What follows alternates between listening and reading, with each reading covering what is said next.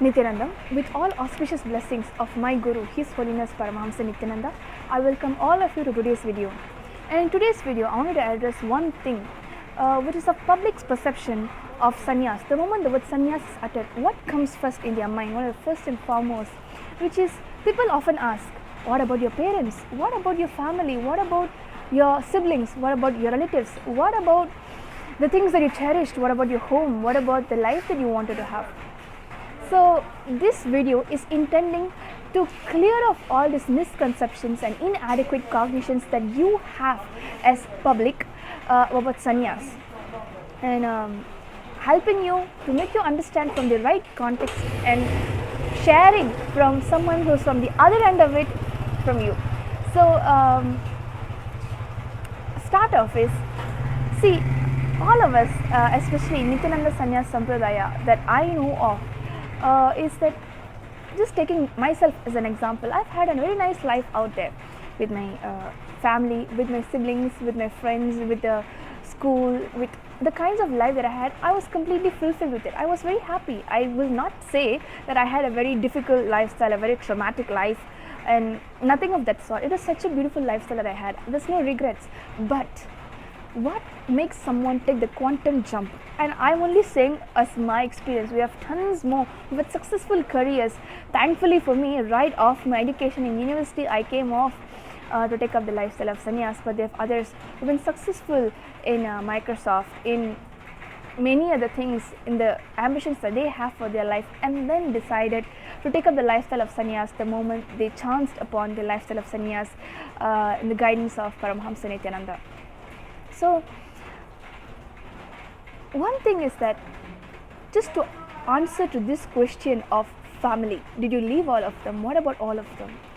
See, I would just share from my experience, which is I had one brother, one sister, a mother, a father, a set of grandparents, a few friends, a nice home, a lovely pet that I had.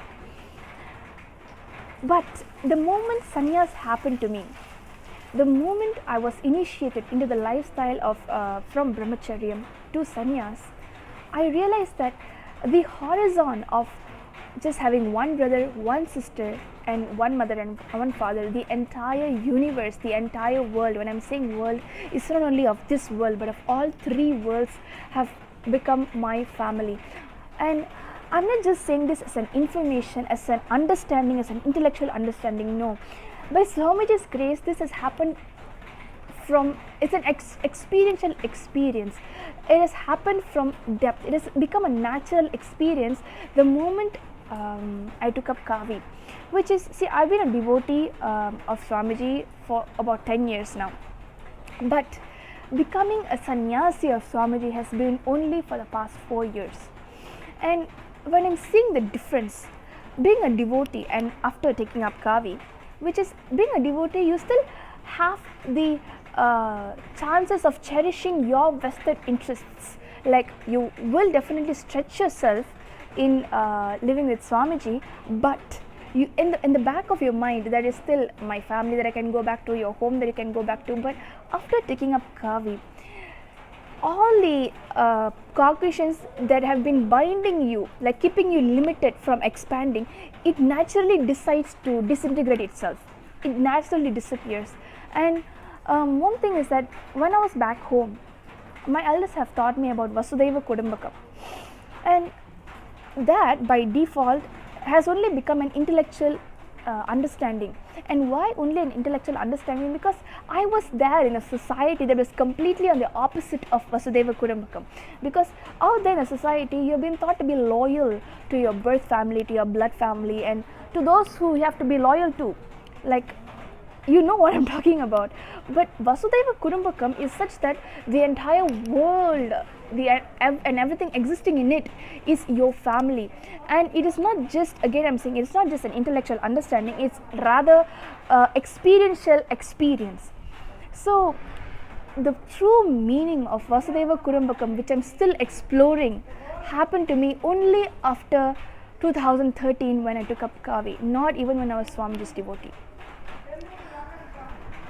Because the moment I came in, and the moment I came in, I could see that the ambience, the Vatavarana around me was such that to make me in ease with the people around it, with the ambience, with the kind of, with the lifestyle that they live, what do they uphold to, what kind of principles do they uphold to.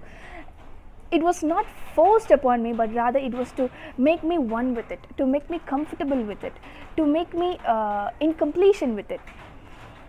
And I realized that I have been such a fortunate person that Swamiji had blessed. I remember almost, I think about within a month of after taking up Naishtika Brahmacharyam in 2013, there was once we had like a meeting, a get together in this campus with all the then Adinavasis. So when we were told to share about something, I remember I shared about, I was very new. I didn't even know people around me except one or two people and Swamiji. So I remember sharing about how all of them are my family. All of them is people around, all the Adinavasis, they are like my family. And whatever that happens, even if someone is like pinpointing my authenticities or anything, it is that because they want me to expand and be in the space of completion with Swamiji. And I realized I was sharing this, okay, and then Swamiji just blessed. He said, "Tatastu, let this be the eternal cognition in you." Something along these lines, he said.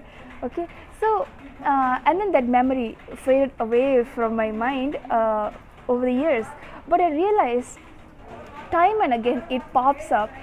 This incident pops up, this thing pops up where I'm finding myself in complete ease, though hundreds of people are added into the Nithyananda Sannyas Sampradaya, and even when they are added as an Adinavasi, there is no discomfort that, oh, this person is from this country, I don't know this person, that this person is from this kind of background, this person is something else, this is something else, that is something else. That has never happened. The moment I see a male body, oh my God, he's my brother. The moment I see a female body, she's my sister.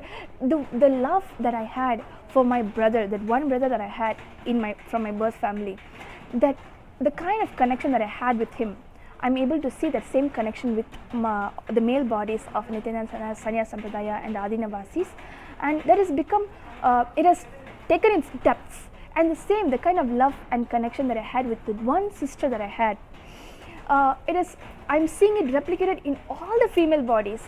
Nowhere there's even a little bit of hypocrisy that this person is something else, that person is something else. And I just can tell you one thing, that of all these experiences, there was not even an ounce of my effort. I had never need to build myself to be in that space or qualify to receive it. Nothing. It was simply Swamiji's grace. It was simply Swamiji's grace, Swamiji's gift for me to reside in this space forever, that anybody whom I'm seeing, even a dog, I have the family connection with that person. So, and it's not like family of that, it has taken to the next level, the family connection that I have with things around me, the people around me, the animals around me, the plants around me, those kinds of things. So one thing is I wanted to share with all of you as an essence of this video is, only after sannyas, despite being a devotee for 10 years, I realized what it means to be completely for Swamiji.